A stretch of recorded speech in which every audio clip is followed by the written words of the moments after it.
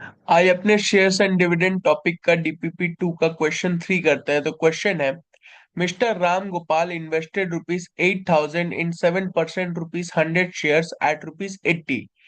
After a year, he sold these shares at ₹75 each and invested the proceeds, including the dividend, in 18% ₹25 shares at ₹41. तो find पहला part his dividend for the first year, second part his annual income in the second year, third part the percentage increase in his return on his original investment. तो पहले अपने समझते हैं कि उसका first share का scenario क्या है। शेयर वन जो उसके पास पूरा फर्स्ट ईयर में था, फर्स्ट ईयर यही शेयर को वो होल्ड करके था। तो फर्स्ट ईयर में जब वो शेयर वन रखता था तब उसने देखो इन्वेस्ट कितना किया था। इन्वेस्ट उसने किया था 8,000 रुपया। अच्छा, डिविडेंड रेट कितना मिला था उसको? डिविडेंड रेट डिविडेंड रेट था उसका 7% का। अच्छा, और फेस वैल्यू कितना था शेयर का? 100।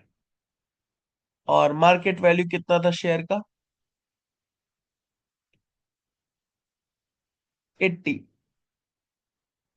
इतना डेटा तो अपने को पता है। तो इससे पहले अपने निकाल लेते हैं कि उसके पास कितने शेयर थे इस के। तो नंबर ऑफ शेयर्स कितने हो गए? Number of shares one, category one के। तो नंबर ऑफ शेयर्स वन होंगे, 8,000 रुपए उसने इन्वेस्ट किए हैं। और शेयर कितने में खरीदा है? 80 रुपए में। तो उसके पास 100 शेयर्स होंगे, 100 शेयर्स। तो सबसे पहले मांगा क्या है? His dividend for the first year. तो देखो फर्स्ट ईयर पे डिविडेंड, तो फर्स्ट ईयर में dividend dividend for first year. तो इसमें डिविडेंड का रेट कितना दिया हुआ है? डिविडेंड रेट है 7%। तो 7% का डिविडेंड मिला होगा। तो 7/100, कितने शेयर्स है? 100 शेयर्स है। और हर एक का फेस वैल्यू कितना है? 100। तो 100 एक कट ही गया, तो 7 × 100, 700 रुपीज उसका डिविडेंड मिला होगा उसको फर्स्ट ईयर में। ठीक है। अब आगे देखते हैं। फिर उसने इन शेयर्स को बेच दिया जब ये 75 रुपीज के हो गए और इन्वेस्ट किया है प्रोसीड्स को। तो एक चीज समझते हो, उसने इन्वेस्ट कितना किया पहले?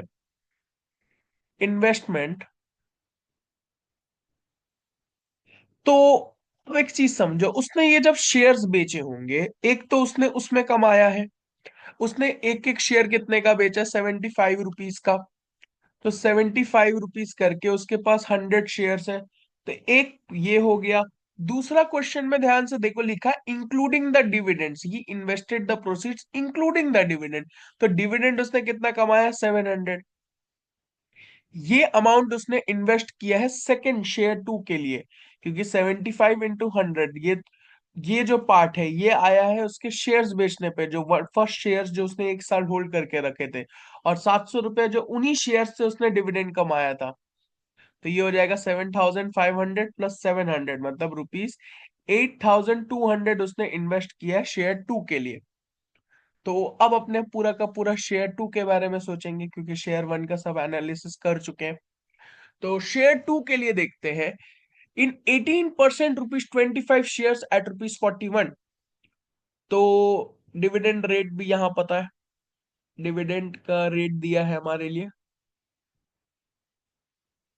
डिविडेंड रेट कितना है? 18%। और फेस वैल्यू कितना है? ₹25 का शेयर है, 25 रुपए का शेयर है। मिला कितना में उसको? मार्केट वैल्यू 41 रुपीज पे चल रहा था। तो इतना अपने को डेटा पता है। अब एक काम करते हैं, वापस से हम लोग पहले इसके कितने शेयर्स होंगे इसके पास, इस कंपनी के नंबर ऑफ शेयर्स टू। तो उसने 8,200 रुपये इन्वेस्ट किए हैं, डिवाइडेड बाय एक शेयर उसको कितने का मार्केट वैल्यू पे मिला? 41 रुपीज पे। तो उसके पास इस कंपनी के कुल मिला के 200 शेयर होंगे। ठीक है।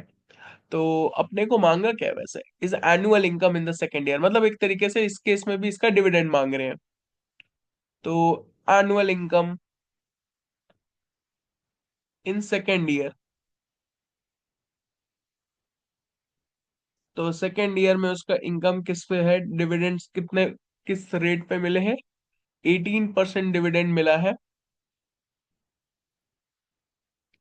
कितने शेयर्स पे, 200 शेयर्स पे मिले हैं। 18% डिविडेंड 200 शेयर्स पे, और जिसपे हर शेयर का जो फेस वैल्यू है वो कितना है, 25 रुपीज का।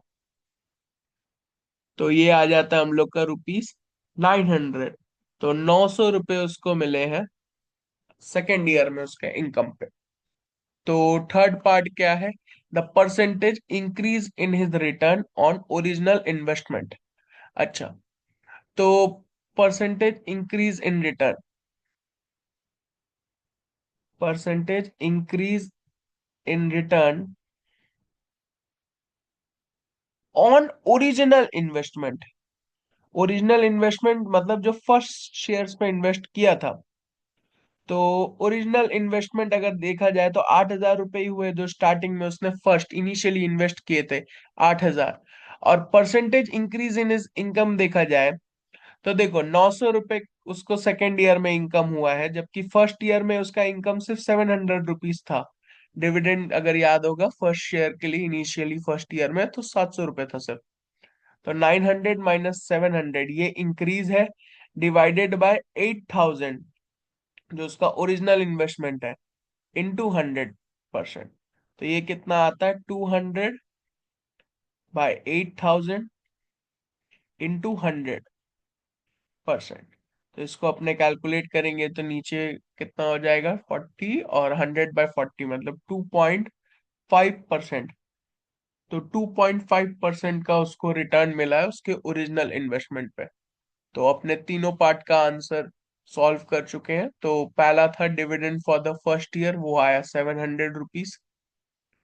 और सेकंड पार्ट में अपने annual income in the second year वो आया 900 रुपीज। और थर्ड पार्ट पे percentage increase in return on original investment वो आया 2.5%। तो ये अपने तीनों पार्ट के आंसर हो गए।